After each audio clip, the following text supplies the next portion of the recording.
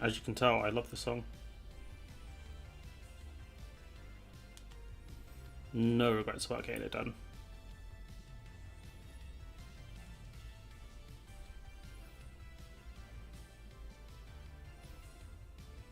Oh, shoot.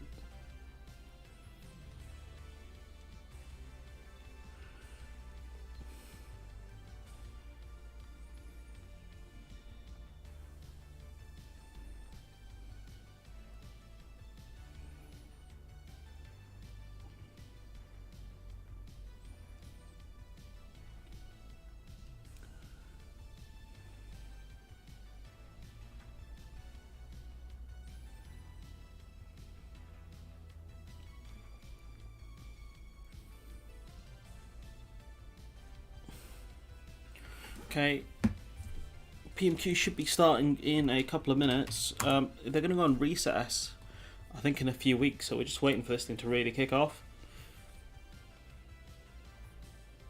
Just thinking if we can find PMQs. Wait, find here we go. We're going to have to watch this in 480p because for some reason this channel does not stream higher quality. Of the United Kingdom is acting. It's Connor Burns. I'm going to put the volume up a bit. In England, Scotland and Wales. Mr Speaker, the Secretary of State will be well aware that the energy price cap doesn't exist in Northern Ireland, leaving households vulnerable to up to 33% price hikes we've seen in recent months. The Treasury said in May that they were urgently working to step in to provide direct support due to the lack of an executive. Thanks, mate. Really appreciate that. I think I didn't know Northern Ireland has no energy price cap. That's crazy, given how high the prices have gone up. That's insane. Oh, let me turn the music off. That's actually crazy to me. Can the government now lay out how the £400 energy discount will be delivered in Northern Ireland? Well, Mr Speaker, we're very clear on this. The way that this should be delivered is through restored, devolved government in Northern Ireland, and the impediment... You see what he's doing? He's blaming the protocol on Stormont being closed. Hello, Roseanne. But the truth is, it's down to the DUP. If the DUP cared about the people in Northern Ireland, they would reopen Stormont. To that, as the Honourable Lady will know, is the interpretation and application of the Northern Ireland Protocol. He's talking rubbish, by the way, about the application of this stuff. And as I have said clearly to members opposite from the Democratic Unionist Party, that is a matter for the United Kingdom to negotiate with the European Union, or for us to take legislative measures in this House, as we are doing. They should be back in government delivering for the people of Northern Ireland on the mandate delivered in May. Okay, that wasn't completely stupid. That actually made sense. See you, man. Chris Elmore. An Ulster Bank report last week contained the worrying results that Northern Ireland firms are the least optimistic of any UK nation or region about activity in 12 months' time. What further support can the government offer to businesses in Northern Ireland struggling with this Tory cost of living crisis? Tory cost of living crisis. In signing the... that we have faced for... There is a plethora of interventions that we're making in Northern Ireland to make life better for ordinary people in Northern Ireland than it is already. Peter Bell. Thank you, Mr Speaker. I've listened to one of the most able members of the government with his thoughtful response. But could he tell me, if the problem really is the Northern Ireland Protocol, how on earth are we going to get the EU to see sense? Mr Speaker, my honourable friend asked some of the most devastating supplementaries. We're very straightforward on this. We are simply saying to the European Union, I've been explaining this on behalf of the Prime Minister of the United States, that goods that are moving within the United Kingdom's internal market that are destined for sale and consumption in Northern Ireland, that will never see dawn or dusk in the Irish Republic, in the European single market, pose absolutely no risk whatsoever to the integrity of the European single market. I mean, that's not. I mean, we still have kind of similar regulations when it comes to animal welfare, etc. But we did authorise an EU ban. What's it called? Pesticide recently. So he's talking absolute nonsense, especially as the UK keeps talking about deregulation. The people of Northern Ireland voted to stay in the EU. The people of Northern Ireland are happy with the protocol. my God, how are we going to get the British government to see sense? I mean, we're not. And I spent time, Mr. Speaker, 2 weeks ago with Tony Blair, who has produced an amazing report on this that Boo, Tony Blair, boo, boo. actually says the European Union need to find the room to move. Vice President Šefčovič needs to be given a broader mandate, and it absolutely remains the determination, I say to my honourable friend, of this government to reach a conclusion on the protocol in negotiation, in friendship and partnership with the European Union. Because of the Barnett formula, something, of course, the SNP would do away with for Scotland, our whole United Kingdom, including Scotland and Northern Ireland, will benefit from the £81 billion household support fund, including £14 million to Northern Ireland. Does my right honourable friend agree that this will help the most vulnerable households? Of facilities so that Northern Ireland can attract major sporting and cultural events which would deliver much needed tourism, jobs and money to the people of Northern Ireland? I'm delighted, Mr. Speaker. Oh, there he is, the big man. Mr. Speaker, thank you for that thunderous welcome back to the dispatch box. I'm happy to say to the Shadow Minister that we will absolutely do that. I was only yesterday in Carrickfergus with the son-in-law of the honourable gentleman up there, seeing a new 4G or 5G pitch. We are absolutely committed to Be a 4G pitch. I think we might be talking about AstroTurf. levelling up, and as my right honourable friend the Prime Minister has made clear, levelling up is the mission of this government. It is not about north-south, it is about improving life opportunities in communities across the whole of the United Kingdom, especially in Northern Ireland. Johnson's That must be the loudest cheer any minister's ever had before. Well done, Minister. Before we come to Prime Minister's questions, I'd like to point out the British Sign Language interpretation of proceedings is available to watch on Parliament Live TV. We now start with questions to Prime Minister Chris Elmore. For one, sir. Mr. Speaker, to mark Windrush Day, today sees the unveiling of a national monument at Waterloo Station that acknowledges the Windrush generation's outstanding contribution to British society and will Didn't stop us deporting them though, did it? also be a permanent place of reflection. Mr. Speaker, as part of Armed Forces Week, I was delighted to host a reception yesterday in Downing Street. Members across the House are immensely proud of our armed forces, and we thank them and their families for their service to our country. And Mr. Speaker, I know the House will welcome the deal that we've signed with Moderna, which will see them build new facilities in the UK, including around £1 billion of new investment in research and development.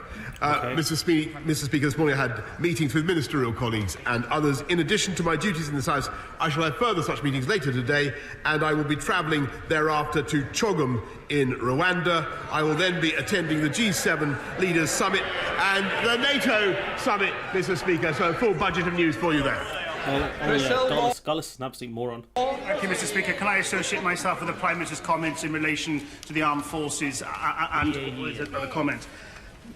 Prime Minister, has he ever considered the appointment of his current spouse to a government post or to any organisation in one of the royal households?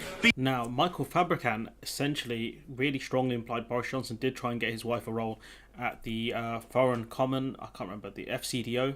Be honest, Prime Minister, yes or no? Yes or no? Mr. Speaker, I know why the party opposite wants to talk about non-existent jobs in the media, Mr. Speaker, because they don't want to talk about what's yes or no answer. Going on in the real world. I'm proud to say, actually, that we now have 620,000 people more in payroll employment. That wasn't the question, you donut. Than before the pandemic began, which would never have been possible if we listened to the right honourable gentleman opposite. Well, surely the speaker's like you didn't answer the question. Try again. Thank you, Mr. Speaker.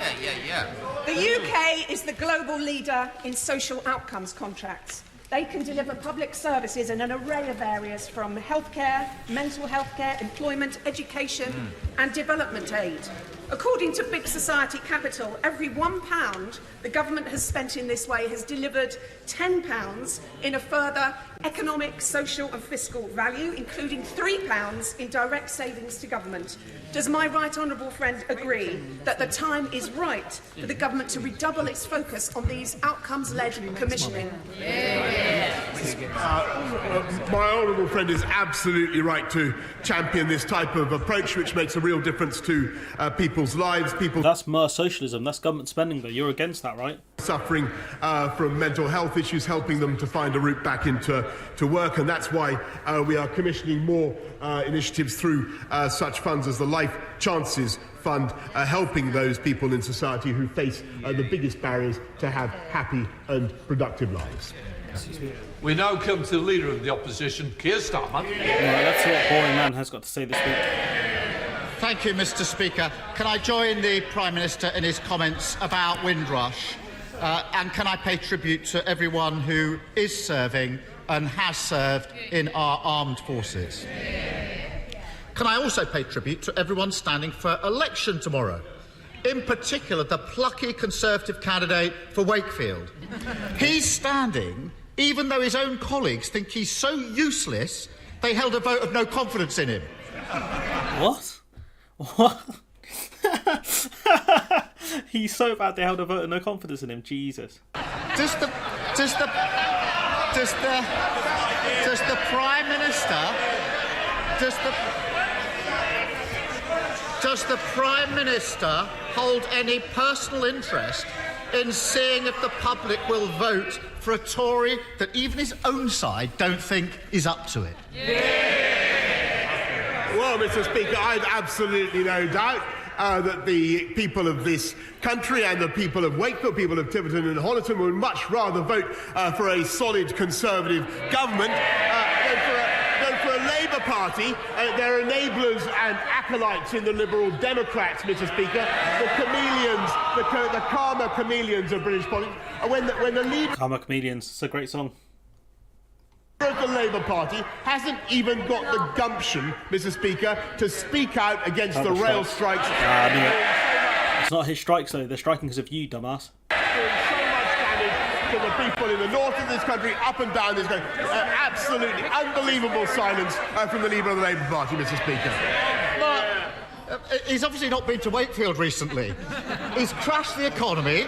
He's put everybody's tax up. He dodged a meeting at the Red Wall to go to Kyiv.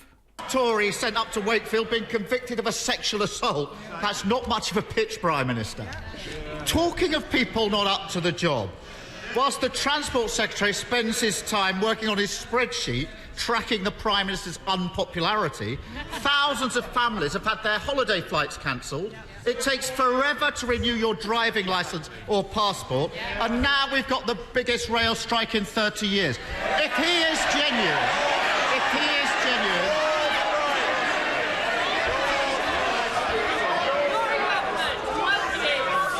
the Tories are going for the strategy of no you. A very bold strategy. Both sides, let's calm down, we've only just started. The problem is he'll go on forever and nobody wants that, I assure you. Whoever's speaking or asking questions. Keir Starmer. If he's genuine about preventing strikes, will the Prime Minister tell this House how many meetings he or his Transport Secretary have had with rail workers this week to actually stop the strikes? Zero. It's zero because it's run by Network Rail, which is a government-owned company as far as I'm aware, and according to analysis from the BBC, the government have set basically the pay structure that Network Rail can negotiate. So the government capped it at 2%, with a 1% potentially rising to 1%, but with massive job cuts, etc. And so Network Rail can only advocate for what the government have mandated for them, if that makes sense. Mr. Speaker, this is the government that loves the railways, that invests in the railways. Not £96 billion we're putting into the integrated railway plan building. Not just, I'm proud to have built Crossrail, by the way, Mr. Speaker, and we're going to build Northern Powerhouse for rail. But what we've got to do is modernise our railways. And it is a disgrace when we are planning to make sure that you don't have ticket offices that sell fewer than one ticket every hour, Mr. Speaker. Where were these ticket offices that sell less than one ticket an hour? Where did these exist? That's what I don't understand. Where are they? That he, yesterday, had 25 Labour MPs out on the picket line, defying instructions. I want to hear the Prime Minister answer, even if you don't. I think you ought to show some respect for the Prime Minister. Prime Minister. Out on the 25, and the shadow deputy leader, out on the picket line. Oh, was rain on the picket line? Because that's... Apparently Starmer told the cabinet not to go, or shadow cabinet not to go, so that's interesting if Rayner was on the picket line. Mr. Speaker, backing the strikers, Mr. Speaker, while we back the strivers. Oh, that's a bit of George Osborne there. Strikers, shirkers and strivers. It's a bit of classic George Osborne. Mr. Speaker, I'm surprised he's giving me advice about my team. If I do need advice, let's say about a £100,000 job at the Foreign Office, I will ask him for recommendation. And there you, Mr. Speaker, there you have it. The Prime Minister of this country and his Transport Secretary haven't attended a single meeting, held a conversation, or lifted a finger to stop these strikes. But I did note that on Monday they did find time to go to a lavish ball where the Prime Minister sold a meeting with himself for £120,000 to a donor. If there's money coming his way, he's there. He's nowhere to be seen. So rather than blame everyone else, why doesn't he do his job, get round the table and get the trains running? It's true, you know, Marina Hyde had a decent looking article. I need to read it. You know, blaming everyone else for all the problems we have in this country. You know, don't blame Johnson saying it wasn't me, essentially. The Shaggy defence. Mr. Speaker, we are making sure that we do everything we can to prevent... You're not, though, because you offered him a 2% pay rise when inflation's at near 11%. That's a real terms cut. These strikes, as he knows, it is up to the railway companies to negotiate. That is their job. We've spent £16 billion looking after the railways, Mr. Speaker, throughout the pandemic. That's cost every household £600. And at the same time, we know why he takes the line he does. We know why he won't condemn the strikes. We know why even now he hasn't got the gumption to call out his MPs who are going out to support the pickets, Mr. Speaker. The reason his authority is on the line in this matter is that they take £10 million from the unions, Mr. Speaker. That's the fee that the learned gentleman opposite is receiving for the case he is failing to make.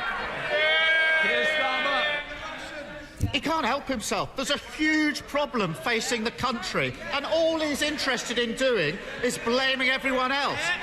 Can't he hear the country screaming at him, "Get on with your job"?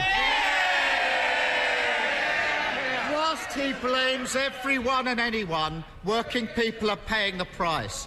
This week, his Treasury Minister said there's a society-wide responsibility for people to take a pay cut.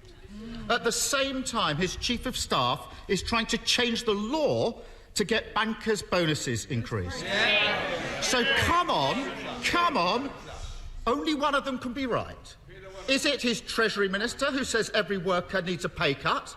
Or is it his Chief of Staff who says every banker needs a pay rise? He needs to point out the fact that inflation's at 11%. That's what he has to do right now. Actually, Mr. Speaker, under this government, 5 million public sector workers are getting a pay rise, Mr. Speaker. How much of the pay rise are they getting? We've increased the living wage by £1,000. We've increased universal credit so that people get £1,000 more. Thanks to the fiscal firepower that we have, Mr. Speaker, we're putting £1,200 more into every one of the 8 million most vulnerable households in the country. That is what we can do because of the tough decisions that we have taken, Mr. Speaker. But meantime, what we're also trying to do is cut the costs of transport, which is a big part of people's weekly outgoings, by reforming our railways. That's what we're... Would that money be passed on to consumers, though, the, quote, savings? Doubt it. Trying to do. But he's standing with the strikers, Mr. Speaker, and lifting the cost of transport for everybody. That's the reality. His Chief of Staff says that removing the cap on bankers' bonuses is, in his words, reflective of our new approach. Pay rises for city bankers pay cuts for district nurses. That's the new approach. Mr. Speaker, I didn't see that on any It's not really new, is it? That's the classic approach. leaflets in Wakefield. But this hasn't come from nowhere, because according to the Financial Times, on the 7th of June last year, the Prime Minister was directly lobbied for the cap to be lifted. Rather than help working people, he's rolled over on bankers' bonuses, hasn't he?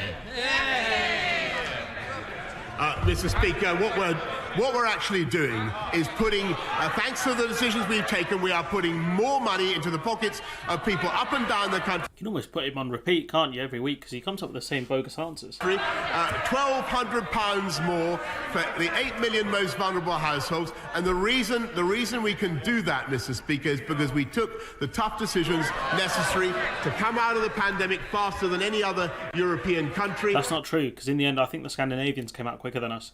So that's not even true in the end. That's why we have unemployment at or near record lows, Mr. Speaker. None of that would have been possible if we had listened to him. And we have more people now in payroll employment than we had before the pandemic began. That is what And inflation is at 11%, and these people aren't being paid enough, so what's your point?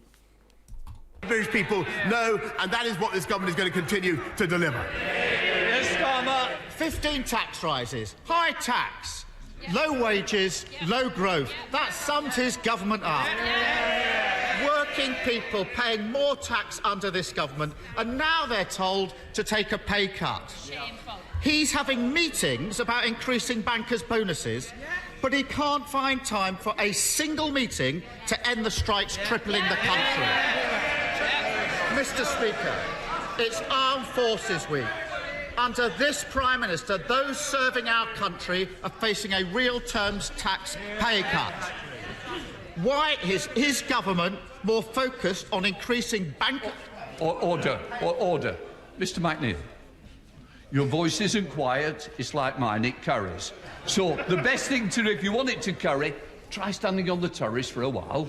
Here's Mr. Speaker, it's Armed Forces Week. Under this Prime Minister, those serving our country are facing a real terms pay cut.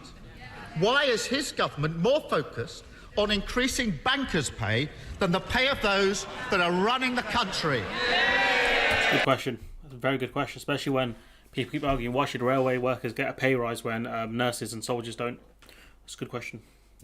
Mr. Speaker, how absolutely satirical that he should talk about our support for the armed forces when we've increased our funding for our armed forces by a record sum since the end of the Cold War. Talking salaries, you donut. And when 8 of the shadow front bench actually want to get rid of our nuclear deterrent, Mr. Speaker, including the shadow foreign secretary. We're helping people up. Yes, it's true. Maybe it's true.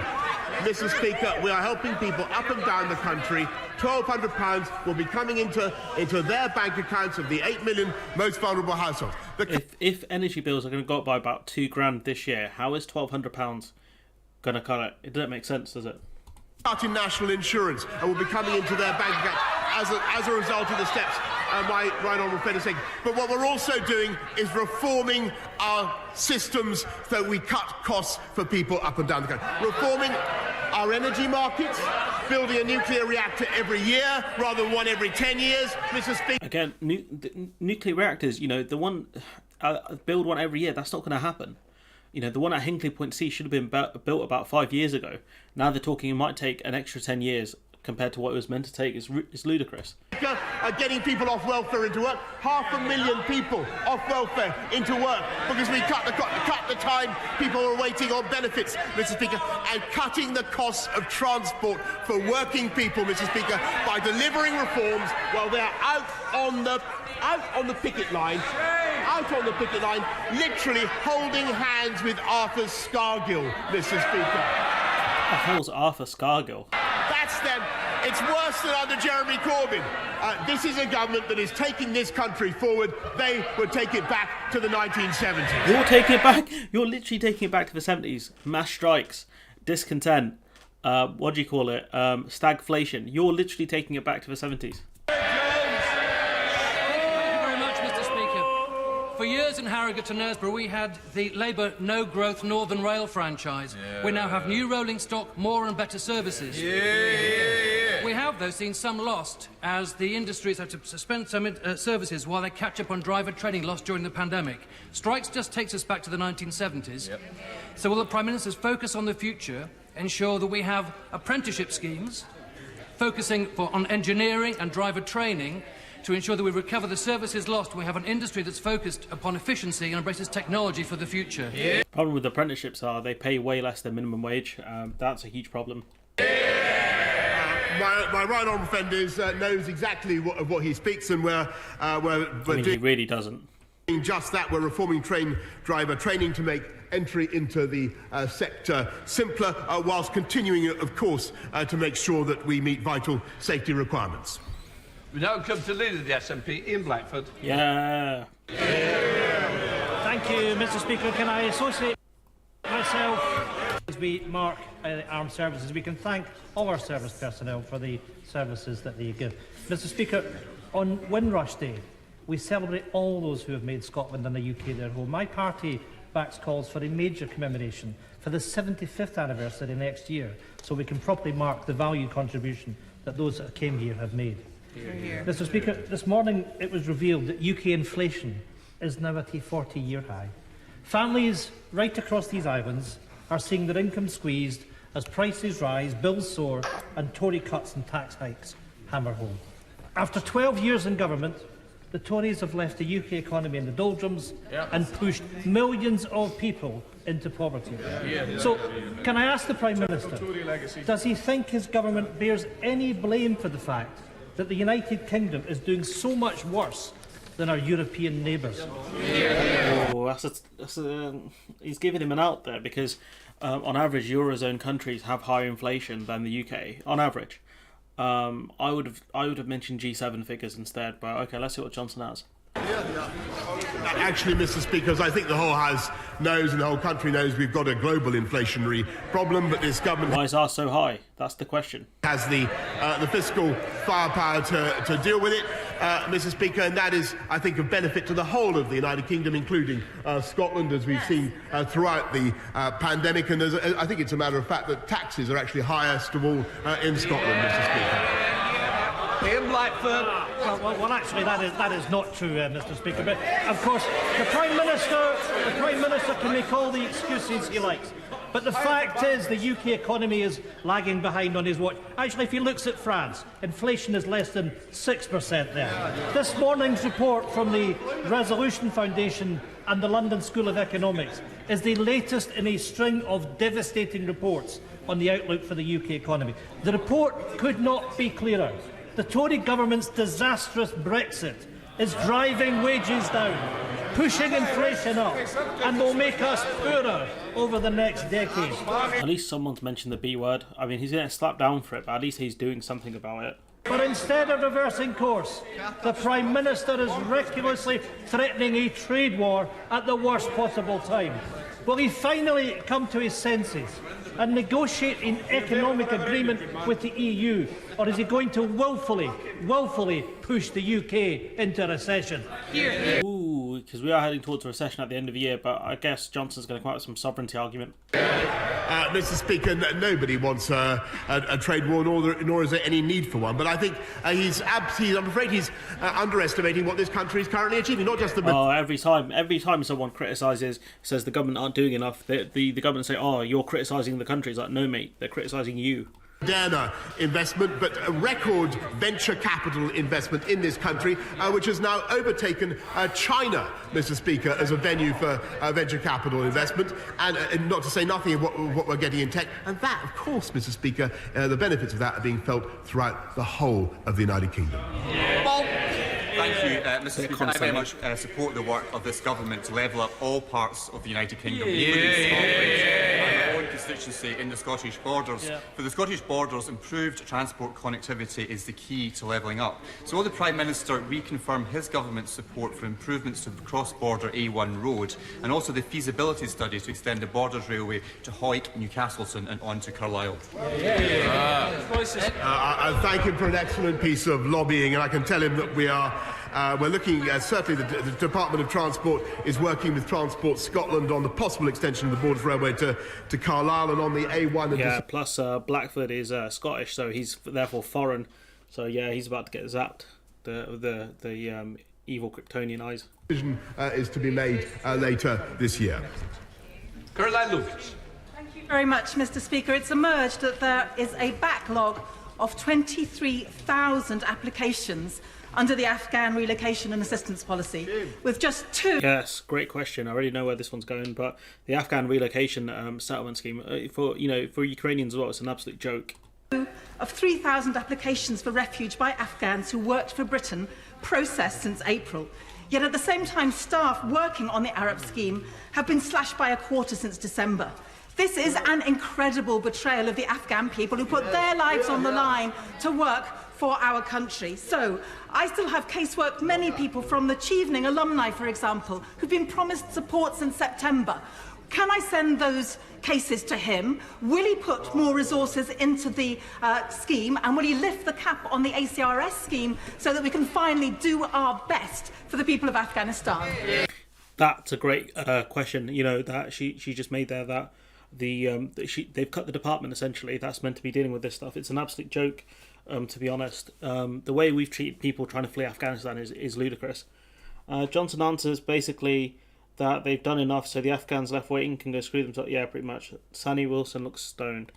I thank her very much, but I think I'm afraid that she is underestimating what this country is already doing for the people of Afghanistan. And I think, bro, they fought. You know, they helped us during the Afghanistan war, the most recent occupation. So they're not she's not underestimating anything. You're not doing a very good job. Neither is she doing a very good job. On Armed Forces Day, we should celebrate pitting that brought 15,000 out. I'm of course very happy to look at the cases that she wants to raise, and we will do our best for them and for their families, Mr. Speaker. But this House should be in no doubt of the generous welcome that we continue to give to people from Syria, from Afghanistan. It's not very generous. We racially abuse some of these people. From Ukraine, from Hong Kong. We have a record to be very proud of. No, we don't. Andy Carter.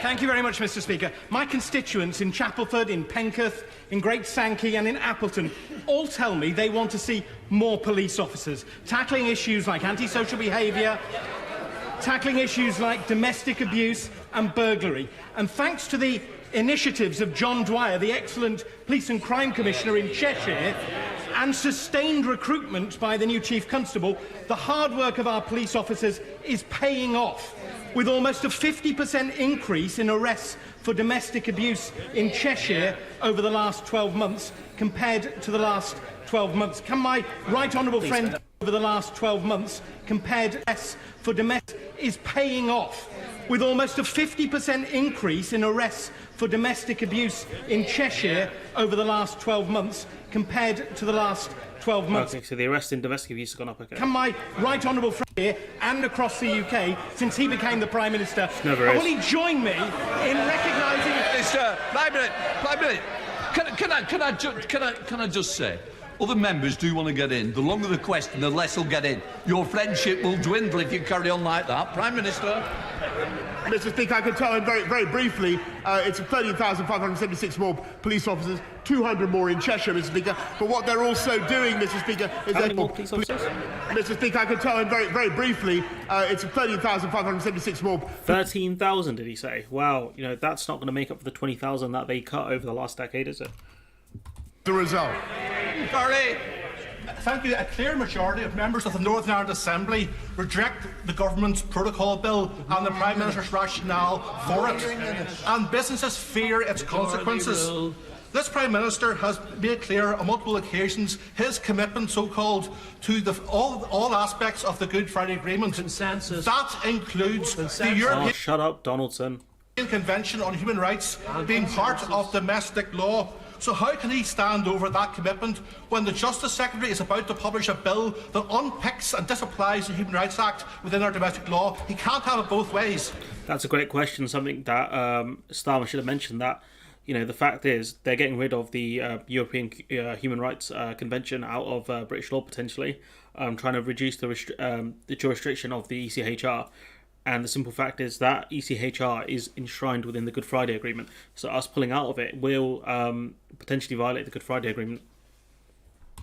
I think if the honourable gentleman will just wait for the Justice Secretary's statement, which follows shortly, I think he will find that he is in error in what he's just said. Alexander Stafford. Thank you, Mr. Speaker.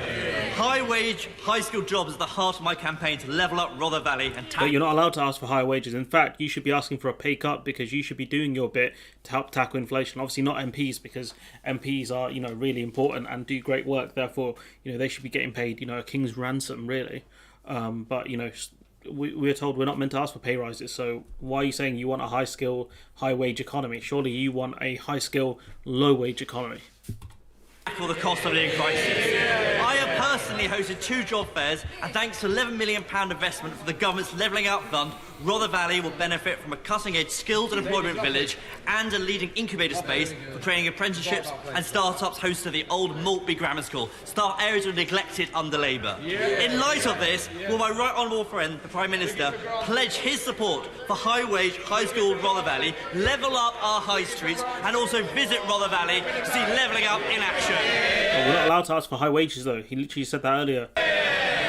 Yes, but I think probably the best member for Rother Valley that we've ever had, Mr. Speaker. And I thank him very much, and we're going to continue with our agenda of levelling up across the whole country. Let's not forget, he had his chance to go to the north of England and decided to go to Kyiv instead. Through all the difficulties that this country has faced, and it will get young people across the country and in Rother Valley into good jobs for generations to come, and that is our ambition. High Street is too low, it needs to be raised up. Speaker, tens of thousands of people were marching through London last weekend, protesting against this out-of-touch government.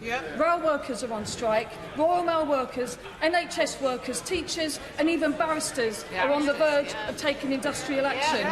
All workers are struggling to cope with the worst cost of living crisis in history. Ministers are planning to boost city bosses' pay whilst demanding wage restraint for everyone else. So can the Prime Minister tell me, when is he going to stop meaningless sound bites and instead start supporting working people across our country? If she wants to support the working people of this country, Mr. Speaker, can I suggest she gets off the picket line? Working people are literally on the picket line, you mug. Yeah, thanks, Sipako. And supports the and has a word with her leader, Mr. Speaker, and supports the travelling public of this country who want to see a reduction in their cost of transport, which this government is delivering. So how was a 2% increase in wages for them going to reduce the cost of transport? It don't make sense, unless you're hurting that much staff. Thank you, Mr. Speaker. For much of Britain, levelling up means the revitalisation of British industry and the jobs that goes with it. Many countries around the world, such as Germany and China, get a competitive advantage by burning lignite, the dirtiest form of fossil fuel. So does my right honourable friend share my concerns about the ethics of holding back British industry and exporting and magnifying our carbon emissions overseas, all in the name of net zero? So you're saying we should burn the dirtiest form of fossil fuel in order to get a more competitive edge with China and Germany? Are you stupid? What an idiot. Mr. Speaker, I think we can all be proud of the way we've reduced CO2 emissions in this country, but plainly it makes no sense to be importing coal, particularly for metallurgical purposes, when we have our own domestic resources.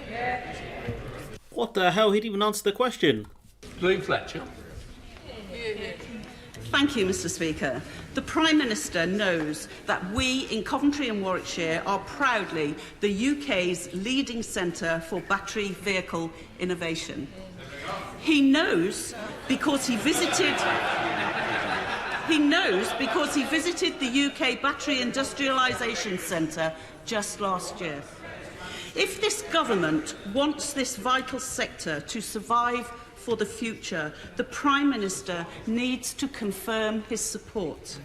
Will he give a concrete guarantee for the resources needed for the West Midlands Gigafactory project to go ahead, so we can deliver much-needed, skilled jobs in Coventry for 2025. The problem with the battery plants is that they want nearby car manufacturers, to have a car plant nearby.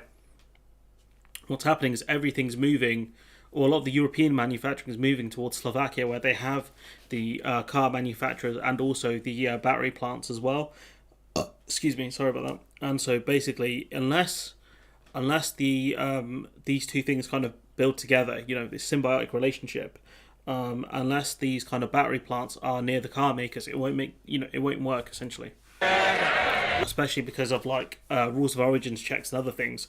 You're better off just building the car entirely and just trying to export it at that point and getting hit with all the tariffs at once, rather than trying to move stuff around and getting hit with tariffs and other stuff multiple times. Well, Mrs. Speaker, that's probably the first sensible question from the opposition benches, and I can tell her, that we do actively support gigafactories, because I believe they can be of huge advantage for the UK economy. Yep. That's why just-in-time delivery as well. I'm proud to see one now in Blythe. We're working with the authorities in the West Midlands, in Coventry, to make sure that we also get a successful result there. Sir Bill Wiggin. Hereford Sixth Form College has over 600 students who rely on the trains to get them to their exams this week. What can my right honourable friend do to ensure that these young people doing their GCSEs and A-levels are not punished by the train strikers? I was going to take a jab at Labour there. I guess what the government can do is give some funding towards schools to get buses and things like that to get the kids into school. The only thing I'd add is I think timing the strikes now is probably not the best idea. I think they maybe should have waited for exams to be over, but apparently exams do drag on into July. It's been a long time since I've done my A-levels. Well, Mr. Speaker, I know how much my right honourable friend cares for students in his constituency, and I can tell him that no exams have been cancelled as a result of the strikes so far. We expect schools, it's more a local issue for councils and colleges to have contingency arrangements in place to manage disruption. If students arrive late, then schools should allow them to take the paper, and exam boards will determine if that paper can be marked based on how late the student is. And I'm told that, Mr. Speaker, if the student misses the exam completely, the school can apply for their grades to be calculated from the other assessments they have completed in that subject. And I hope that is helpful to my right honourable friend. Thank you, Mr. Speaker. Maybe it's one of the things the exam boards could have delayed the exams for a couple of weeks. Maybe that would make more sense. The Prime Minister will be aware of the problems that arose in Paris at the European Cup final. Will he agree with me that both the French and UEFA authorities' attempts to blame Liverpool fans for the failure to keep order at the stadium has been comprehensively disproven? And will he ensure that the French failure to police the event is roundly condemned? So yeah, he's right. What happened was the police barricades. They basically pushed people into very narrow lanes. They blocked up the pathways with police vans, and they pepper sprayed people. They tried to claim Liverpool fans had fake tickets, etc. People were being robbed as well as they were making their way to the stadium. I think it was Thierry Henry who said that the area the stadium is in is not a nice area. I think it was in Paris. It's not a nice area. It's not, it's it's a lot of crime in that area of Paris. People getting robbed, etc. Some people got in without tickets. Local French people, people having to climb fences. The French police blame the Liverpool fans, but what we know now, based on social media, is that it was the French police, I think, that messed up it, and UEFA, because essentially they cut loads of corners. They couldn't get enough stewards in. A lot of the stewards left the industry because of COVID. So it is a lot of blame belongs to, unfortunately to say, the French authorities. And so let's see what Blojo has to say. I thank him very much, Mr. Speaker, and I think the whole House will have seen how those initial accounts of what took place were completely debunked and proved to be incorrect in respect of the Liverpool fans, and I think it was right that the French authorities and I think UEFA issued a full apology for what took place. I think people should be compensated because they missed the game. Some people missed the game. Johnson's hatred of the French or Liverpudlians. I think Johnson's hatred of the French is higher because the French feed into the bigger part of the culture war. But I think UEFA should, or someone in the French authorities, do owe compensation to some of these fans, especially the kids that were pepper sprayed. Sir Desmond Swade. Taking back control is to apply to the ECHR too, isn't it? I mean, no, because of the Good Friday Agreement, especially because of the Good Friday Agreement. And obviously, you don't want to strip away basic citizens' rights. Mr. Speaker, I think he should wait for my... No, in my opinion, apology is not good enough. It's nowhere close to being good enough. Right honourable friend, the Deputy Prime Minister, will be saying a little bit about that in just a moment. But I can tell him that when it comes to the Rwanda policy that we are pursuing, that policy, Mr. Speaker, has not... Dude's looking like a Rwanda some sort of policy capitalist that villain. we are pursuing. He's the guy that's trying to... he'd run like the Pinkerton organisation trying to break down your strike. That policy, by any international court, Mr. Speaker, and we will continue with that policy. We should get rid of all international courts. They should be only domestic courts. Then what we'll do is eventually we'll weaken them and get rid of those as well. So there'll be no courts. Therefore, no one can call out Johnson's government. Much, Mr. Speaker. The father-in-law of my constituent, Ibrahim, is a former Supreme Court judge in Afghanistan. Nice. He successfully prosecuted and put behind bars hundreds of terrorists associated with the Taliban, Al-Qaeda and ISIS. 7 months on since he put in his Arab application, there is no progress. He's living in hiding. His only option is a perilous journey to Pakistan, where if his visa is refused, he will be deported back into the hands of the Taliban. So, will the Prime Minister meet with me and the former judge's family to see how we can save the life of a man who I have no doubt has helped save hundreds of British lives? You know, the simple fact is, why is it taking 7 months? It should not need to be brought to the Prime Minister's attention that things are going wrong here. Specific cases being brought up like this. It's a joke. Let's be honest here. I blame Priti Patel. Well, can I thank her very much for raising that particular case, and it does Supreme Court judge in sound Afghanistan. Extremely meritorious, and I'll make sure that she gets a meeting with the Department of Defence that runs ARAP, Mr. Speaker, and that we do our best. Why the hell are the Department of Defence running ARAP? Surely it should be the Home Office. Doesn't make sense. To expedite that application as fast as we can. To Ben Spass. Thank you, Mr. Speaker. I'm proud to represent over 1,000 Park Home residents. When will the government address the injustice of pitch fees determined by RPI, and how is the government going to ensure they can all benefit from the energy grant? Pitch fees. I thank the honourable gentleman, my honourable friend. We are going to introduce legislation as soon as parliamentary time allows to change the inflationary index used in calculating the... Probably would. Probably be Priti Patel in a judge dress suit saying, "I am the law." Pa pa pa pa pa pa pa pa. Annual pitch fee to CPI, Mr. Speaker, and I'm told that the Department for Levelling Up and Housing has undertaken research on the impacts on residents and site owners of a change to the 10% commission that is currently paid on the sale of a park home. Caroline Harris. Thank you, Mr. Speaker. I'm sure the Prime Minister is as thrilled as I am that you, Mr. Speaker, signed the Wellbeing of Women Menopause Pledge last week to show support for women in this place. So will the Prime Minister follow Mr. Speaker's example and ensure with a better access to treatment for women in England by introducing the single annual payment for HRT now, not make them wait till April 23, a full 18 months after it was first promised? I thank her very much for raising what is a very important issue, and one that is understood keenly on all sides of this House.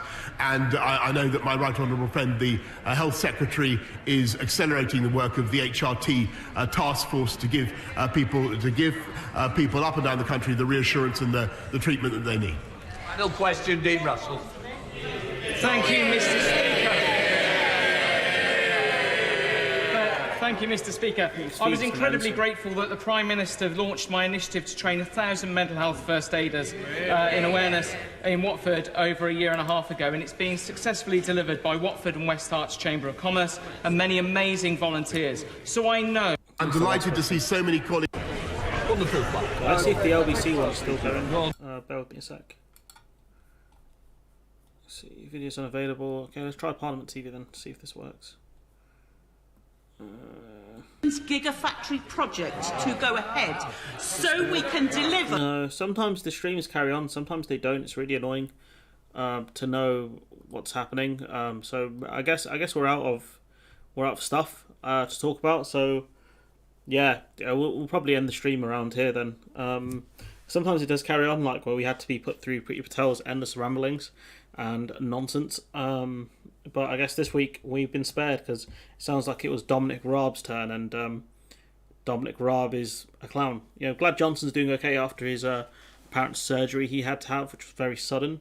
But yeah, we'll call it a day there, and I'll see you guys next Wednesday. I'll be on Twitch later today. I need to plug the Twitch a lot more, playing some more Octopath Traveler. Probably around 5 o'clock maybe. I'll see. But yeah, I'll catch you guys next time. Bye bye.